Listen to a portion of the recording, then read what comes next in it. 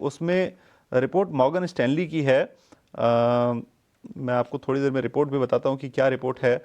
Morgan Stanley की report जो है वो मेंटेन ओवरवेट की रेटिंग है। टारगेट प्राइस जो है वो 610 का इन्होंने दिया है, 427 के आसपास का अभी का भाव चल रहा है।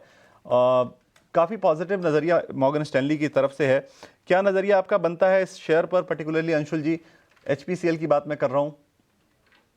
देखिए, तीनों स्टॉक्स पे मैं बहुत बुलिश हूँ, एचपीसीएल, आईओसीएल और BPCL. But extreme short term में एचपीसीएल में थोड़ी सी प्रॉफिट बुकिंग हो सकती है, क्योंकि 60 हफ्ते का जो कप कैंडल पैटर्न ब्रेकआउट आया था 445 के ऊपर, उसके नीचे स्टॉक ट्रेड कर रहा है। तो जो ट्रेडर्स का लिक्विडेशन आना है वो प्रोबेबली आपको एक बार 403 और 380 की जोन तक आ सकता है। बट ये बाई ऑन डिप की ही अपॉर्चुनिटी है। सोना जितना सस्ता मिले उतना लेके अपने पोर्टफोलियो में छोड़ दीजिए 1.5-2 साल के लिए, उतना बेहतरीन आपको रिटर्न मिलेगा। एक तो ब्याज का पैसा ये डिविडेंड के तौर पे ही दे देते हैं, तो आपका कोई ब्याज का नुकसान भी नहीं होगा।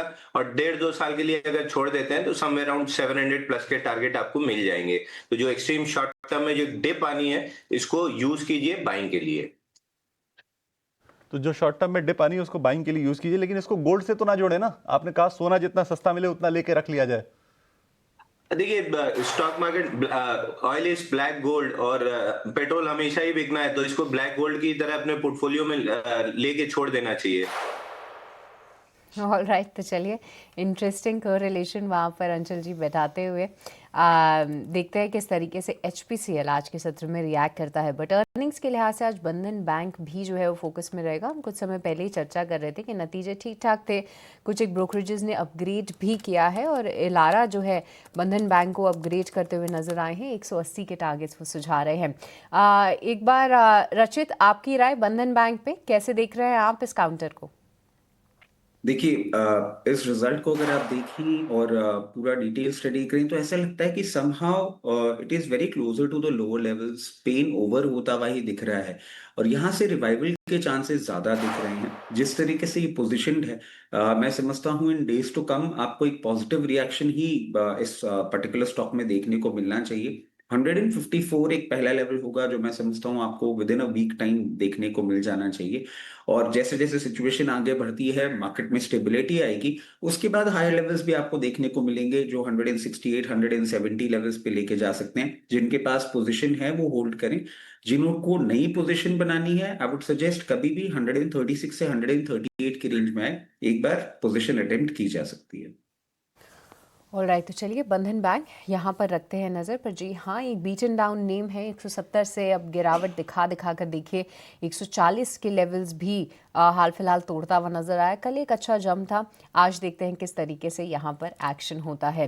पर नतीजों के लिहाज से आज जी हाँ कोफोर्ज पर भी नज़र रहेगी। हमने इसकी चर्चा भी की कि नतीजे उम्मीद से कम आए हैं और साथ ही साथ यहाँ पर मोतीलाल ओसवाल का भी काफ़ी एक्सपोजर है, उसको लेकर भी जो है हाल फिलहाल हमने काफ़ी वॉलेटिलिटी भी देखी है। एक बार प्रदीप जी, आपकी राय कोफोर्ज पर कैसे देख रहे हैं आप इसको चार्ट्स पे?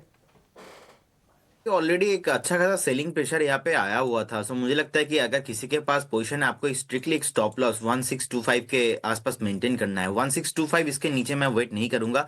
फिलहाल अभी मैं बाय करने में भी कंफर्टेबल हूं नहीं, क्योंकि एक बार हमें एक क्लोजिंग चाहिए 1730। इसके ऊपर क्लोजिंग मिलने पे मुझे लगता है कि जो मोमेंटम है, मोमेंटम कंटिन्यू फिर से रिटर्न हो सकता है। लेकिन अभी फिलहाल एक बार अवॉइड करने का ही सलाह रहेगा। तो चलिए अभी फ़िलहाल अवॉइड करें, क्योंकि ऑलरेडी जो है हमने देख चुका है कि स्टॉक में एक सेलिंग प्रेशर आया हुआ है, तो इसको थोड़ा सा आप बच के ही चले जहां तक कोफोर्ज की बात है।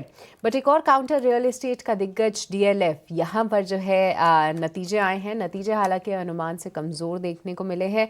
साथ ही साथ एक दूसरा बड़ा अपडेट ये है कि लिस्टिंग के बाद अब पहली बार जो है कर्जा कम होता हुआ या फिर नेट कैश पॉजिटिव जो है डीएलएफ होता हुआ नजर आया है।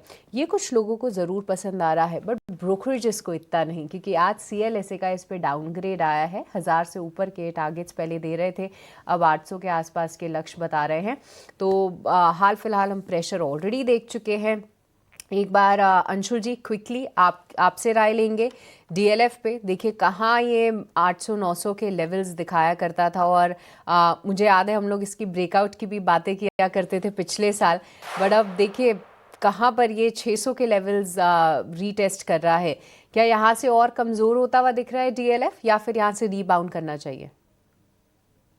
कमजोरी रहेगी, इसके बाद रिबाउंड कर सकता है। CNX रियलिटी इंडेक्स में 862 का ब्रेकडाउन आया था, 765 का टारगेट है जो ऑलमोस्ट आज या कल के सेशन में टेस्ट होगा, तो लगभग सभी रियलिटी स्टॉक्स में बाउंस बैक आएगा। सिमिलरली DLF में भी मेजर सपोर्ट 573 के आसपास है, तो अगर इस टिप में 573 मिलता है और उसी समय CNX रियलिटी में टारगेट्स अचीव होते हैं तो लगभग पूरे सेक्टर में बाउंस बैक आएगा। तो ऑलमोस्ट नियर अबाउट बॉटम के आसपास है। एक बाउंस बैक के लिए, डेड कैट बाउंस के लिए प्ले करना है तो 570 575 की जोन में एक बार लॉन्ग सोचा जा सकता है, बट डेड कैट बाउंस को छोटी क्वांटिटी में बाउंस बैक की तरह प्ले कीजिए। 640 645 के आसपास प्रॉफिट भी बुक कर लीजिएगा। ऑलराइट, तो चलिए एक बाउंस बैक की उम्मीद करिए और ऊपरी स्तरों पर निकलने की राय फिलहाल DLF की तरफ से आती हुई इंडेक्स से भी रिलेट करके अंशुल जी ने आपको विस्तार में बताया क्या कुछ पैटर्न फिलहाल बन रहा है। पर इसी के साथ वक्त हो चला एक छोटे से ब्रेक का, आप कहीं मत जाएगा, हम जल्द लौटेंगे।